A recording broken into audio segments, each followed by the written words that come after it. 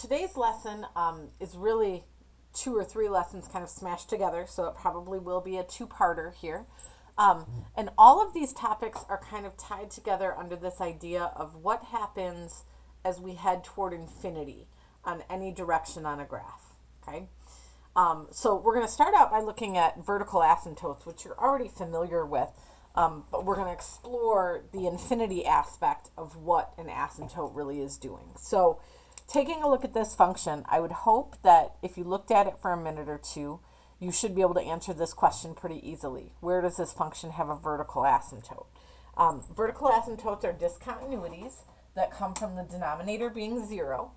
And this is not removable because the top doesn't factor into a factor of x minus 3. So we're not going to be able to cancel anything. So that means our vertical asymptote must be at x equals 3. Now, this next question wants to know then, what is the function doing as we approach that asymptote? What's happening to it? And to demonstrate this, I'm going to pull it up on Desmos. Now, of course, when I put it on Desmos, you're going to be able to see the graph as well. But we're going to try to do this using a table. We're going to do this mathematically here. So let's get our function in here. Sorry, I lost my keyboard.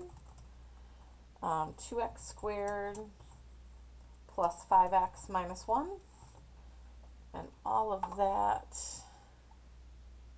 is over x minus 3. Okay, so you can see, I mean, you have to zoom out a bit for you to be able to see what's going on with that asymptote there, but that's what's happening. And then let's take a look at a table where we explore, whoops, too far, f of x1.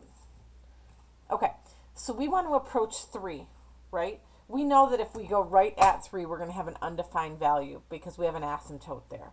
But let's go closer to 3. Let's go 2.9, 2.99, 2.999. Okay, these are getting closer and closer and closer to 3. And I want you to look at what's happening with those y values. I mean, the more 9s I add on here, the further this is going in the negative direction. Okay, so I mean, right here we were at negative 319,000. Right before that, we were at negative 31,000. And then here we've gotten into scientific notation where we're looking at, into the millions. So these numbers are getting more and more negative, right? This is really far down on the graph. So I can verify that by looking at the graph over here. Let me bold this up a little bit for you. That as I'm approaching from the left side, because that's where like 2.99 would be, is the left side of 3, these numbers are just falling further and further and further away. On the contrary, on the other side, if I look at 3.1, I've got positive numbers there, right? Let's look at 3.01. 3.001. This is getting closer and closer to 3 from that right side. And you can see that the numbers are getting bigger and bigger and bigger and bigger, but in a positive way. Whoops, that's the same number of zeros as before. Okay? So same kind of thing, except you're heading into positive territory instead of negative. So when you're approaching an asymptote, what's happening there is your graph is heading toward either infinity or negative infinity. And that's going to happen anytime you have a vertical asymptote. It's just a matter of figuring out which way it is. So just to give you kind of a sketch here, anytime you have an asymptote, and again, I'm not paying attention to what this actual graph looks like, but your graph is going to run up alongside that asymptote, or it's going to run down this way along that asymptote. And if it's heading upward, we call that positive infinity. Heading downward, we call that negative infinity. So I would say my limit, the first one we looked at was to the left. So before we got to 3, we were seeing a negative infinity. And then as we were heading towards 3 from the right side, so past 3, but heading backward toward the 3, our y values were getting larger and larger and larger. They were heading to positive infinity. So looking at those two answers, your limit from the left and the right, how could we answer this? What is the limit as we approach 3? Well, just like with anything else, we would look at what the left and right sides are doing, And so left and right sides don't match. So I would say that this limit does not exist. And I can see that looking at my graph here, right? I can see that the two sides are going two completely different places, so this limit would not exist. Now, the one type of graph that this gets a little bit controversial for, actually we're going to take a look at one down here in this next example. So I might circle back to this idea of this limit not existing. But realistically, anytime you're talking about a limit that goes to infinity, we can just say that it doesn't exist because there's really not a limit there. Okay, so now we're going to kind of flip this a little bit. In this first question, we were approaching a number, which is just like we've been doing, right? All of the limits we've done, we've been approaching a particular number. It just so happened that with these ones, since we were going towards an asymptote, our graph was taking off into the infinities, okay? With these, we're going to look at the limits as x is approaching infinity. So what that's talking about is like x approaching infinity is walking out here along this x-axis forever and ever and ever and ever, right? That's what it means to take a limit to infinity, or negative infinity is all the way to the left. This is talking about what are the far ends of your graph doing. And I probably will graph these on Desmos in just a minute. I want to kind of talk through them just based on what you already know about what these functions look like, to talk about this end behavior. So this function right here, if you can picture it, this is a parabola, right? So if we look at our parabola, as we walk out to the right or as we walk out to the left on this parabola, both ends of the graph are just heading upward forever, right? Both sides are just heading to infinity. So I would say that the limit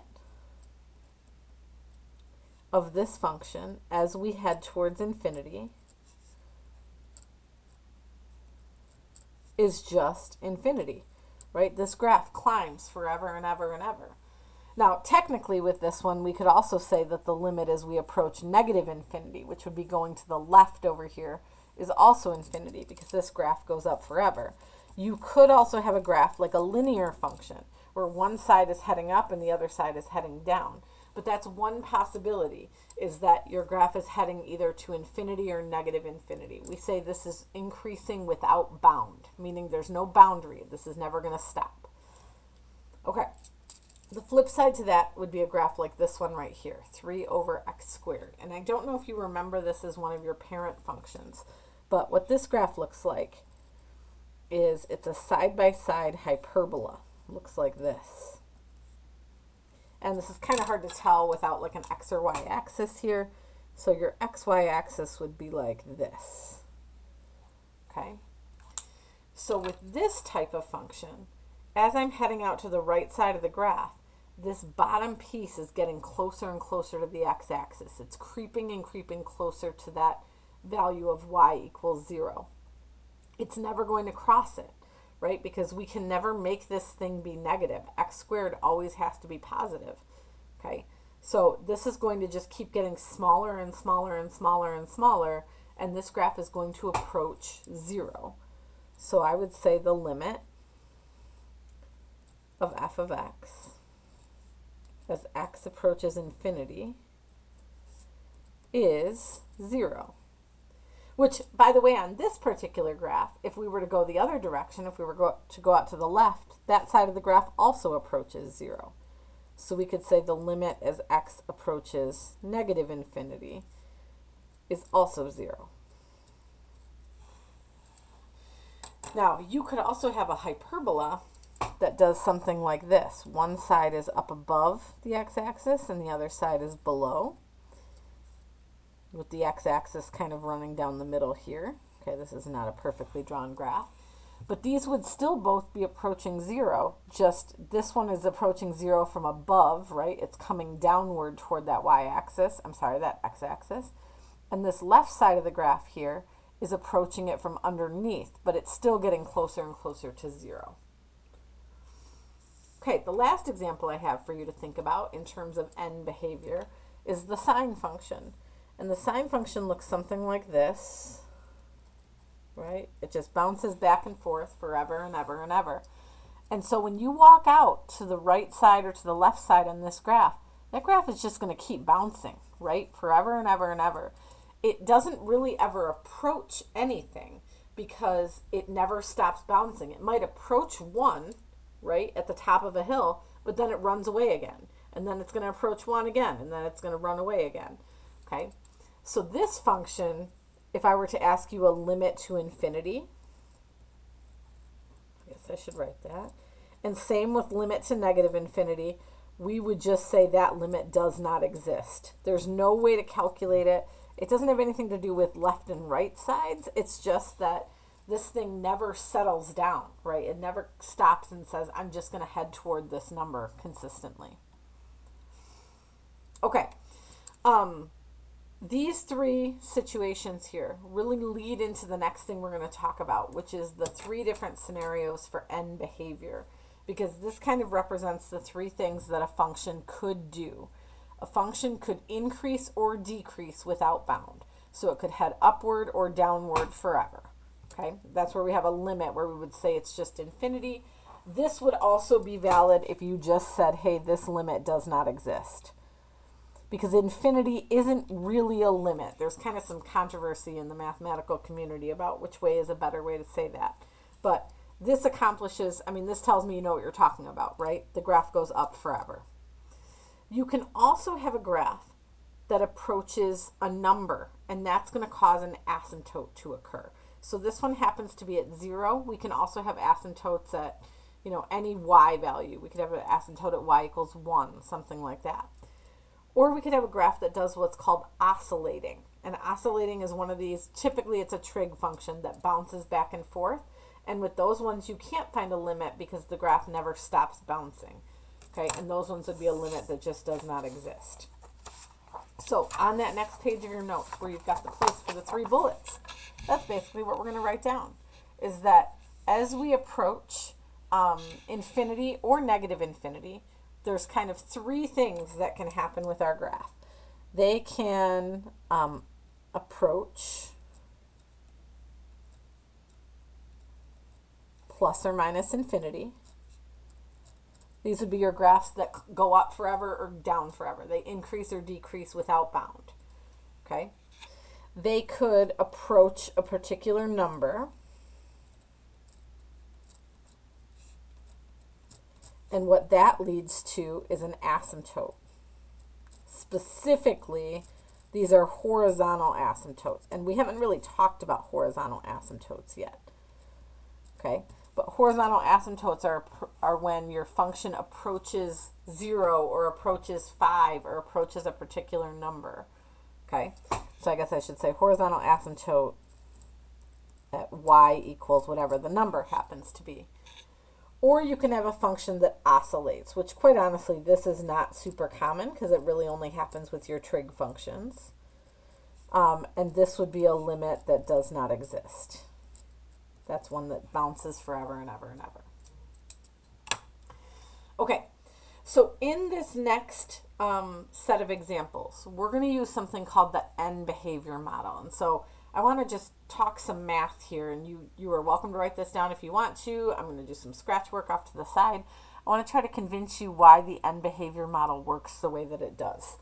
Okay, here's what the end behavior model says. So if I had something like, oh, let's see, 3x squared over just x squared. All of you would tell me that that's just going to equal 3 all the time, right? Now, let's say that I go up here and I say this is 3x squared plus 1 and x squared minus 2. This doesn't exactly equal 3. But I want you to think about what's going to happen when these x's get really, really big. That's what a limit to infinity does. A limit to infinity makes x really huge. Okay? So if I make this x really huge and this x really huge, are this 1 and this minus 2 really going to matter that much? Okay? That's what I want you to think about. So let me just do a quick example here with that. Let's make sure I use the same examples. So I'm going to say f of x is 3x squared plus 1. And we're going to put that over x squared minus 2. Okay, don't pay attention to the graph so much right now. Let's just pay attention to the function itself. So if I do like f of 1, let's say, this is telling me that that value is actually equal to -4. It's negative because of this minus right here. It probably makes the bottom be negative, right? Let's do a bigger x value. Let's do an f of 10. Okay, so now my value is 3.07. Let's do f of 100. Look at what's happening with that y value there. F of 10,000. And look at how close that value has come to 3. Okay? Because ultimately what happened here is when these x's get really big, this 1 almost doesn't matter anymore, right? This is so tiny compared to this giant x over here. And this is so tiny that it's like these things don't even matter. And that would be true even if these had x's of their own, right? If this was 1x and 2x, still an x squared is going to grow a heck of a lot faster than a 2x, okay? And so in this end behavior model, when we're looking at rational functions like these ones, we are basically going to ignore everything except whatever the highest exponent is. Okay, so that's what this first step is talking about. That's what we were just kind of establishing over here, is why we're allowed to just ignore everything else. Because when these x's get really huge, those little plus ones and minus twos, and like I said, we could even throw a 1x on here. It's not going to change much. I mean, look at my function values. I got a random 1 thrown like 8 decimal places down. Okay, so that's not going to change much at all.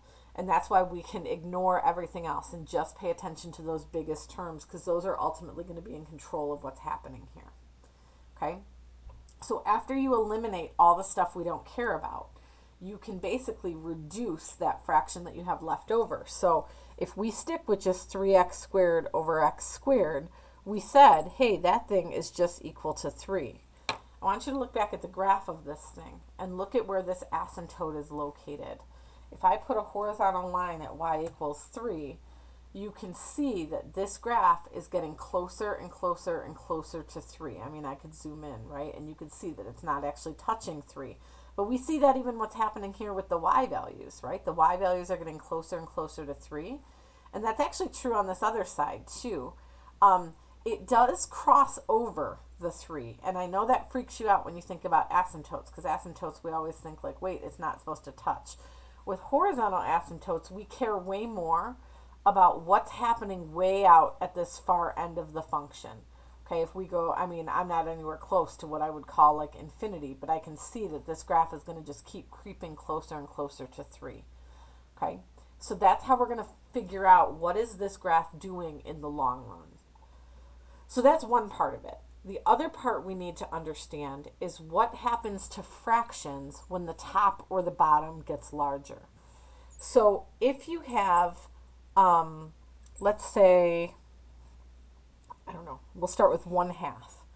If we make the top of this fraction larger, so if we go 1/2 and then we go 3/2 and then we go 10/2, think about what's happening to the overall value here.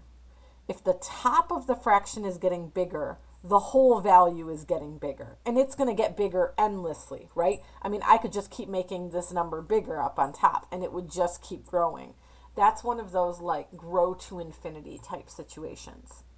But let's look at what's going to happen on the bottom of a fraction. So if I say I'm going to go from 1/2 to 1/3 to 1/4 to 1/10. If you think about the overall value of the fraction, when I make the denominator bigger, the fraction itself is actually getting smaller, okay?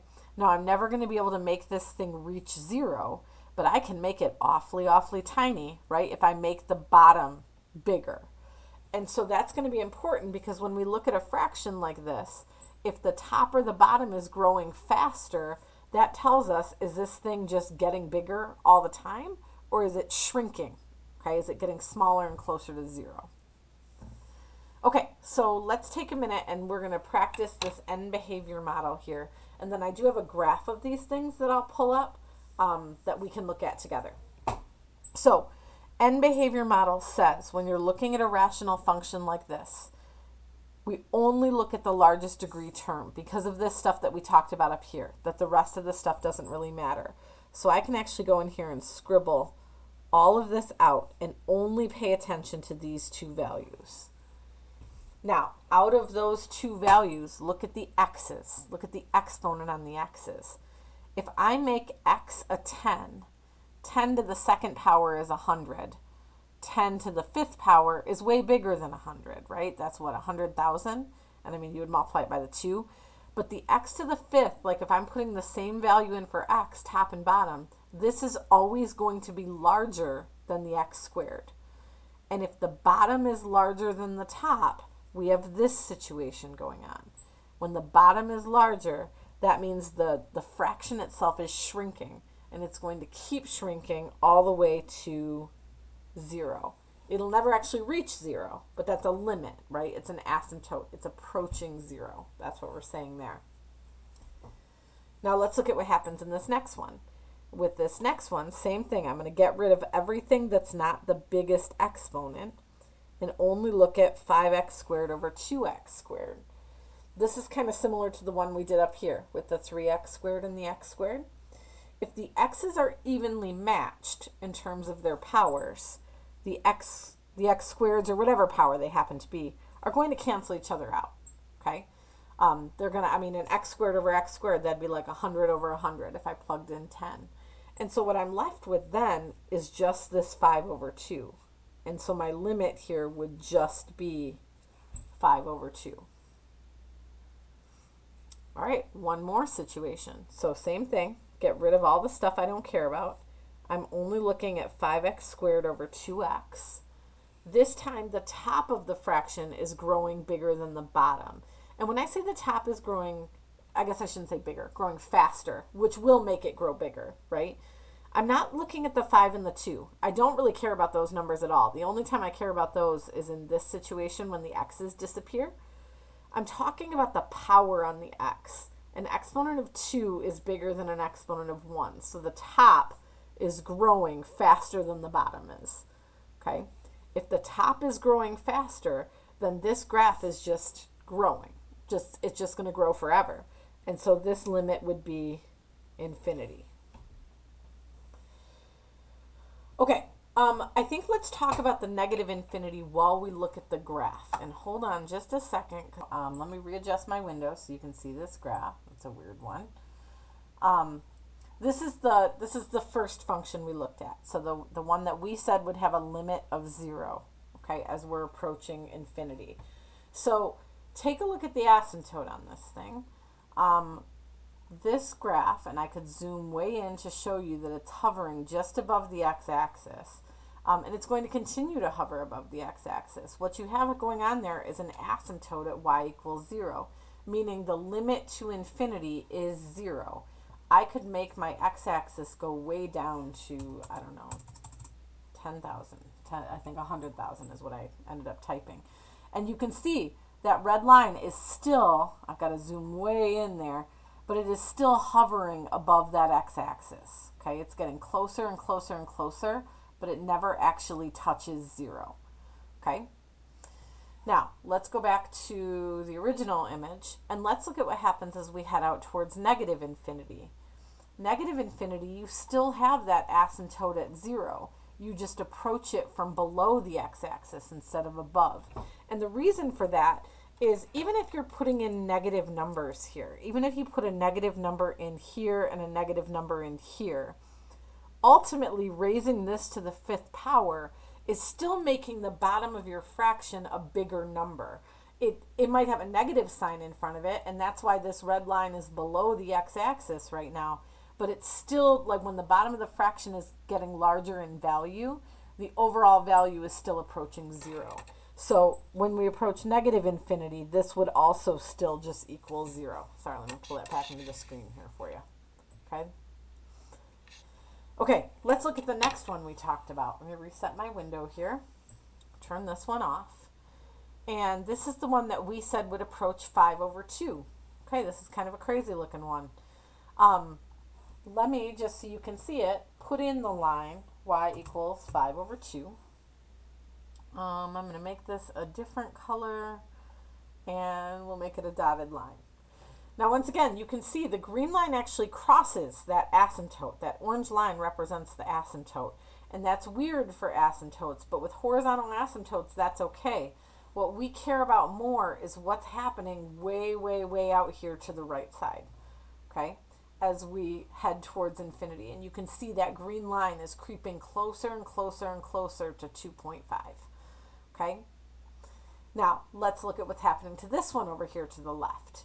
As I head to the left on this one, just like before, we're also approaching that 2.5. And that's because in this case, my x is canceled completely. So whether I put a negative or a positive in there for those x squareds doesn't really matter. They're going to cancel out either way. So negative infinity would also still just be 5 over 2. A lot of these problems, it doesn't matter whether you're going to infinity or negative infinity. We will talk about a couple of examples where it makes a difference. But for right now, all of these, it's not really going to change anything. Might change a little something on the next one. Let me turn off that asymptote. Let me put our window back. Turn this graph off. And now let's look at the graph of this one. Okay? Oh, actually, I guess it doesn't. But on this one, as you walk out to the right side, there is no asymptote, right? The graph just keeps climbing and climbing and climbing and climbing forever and ever and ever. And that's because there's no limiting factor here that's making this fraction get smaller. As long as that x is getting bigger, this whole thing is getting bigger, okay? And so this is taking us to positive infinity. Now on this one, if I walk out to the left side, the reason we're seeing this is if I put negative numbers in here and square it, those are still coming out positive. So you're going to get, let's see, as you walk to the left side, your function is going to still keep climbing and climbing and climbing. Whoops, didn't mean to do that. So in all of these situations, I get a lot of questions on, well, what if it says negative infinity? Most of the time, the negative infinity, the left end behavior, is not going to be any different from the right end behavior. Like I said, there are a couple of situations I can think of where we'll have to worry about that, but you won't run into them right now.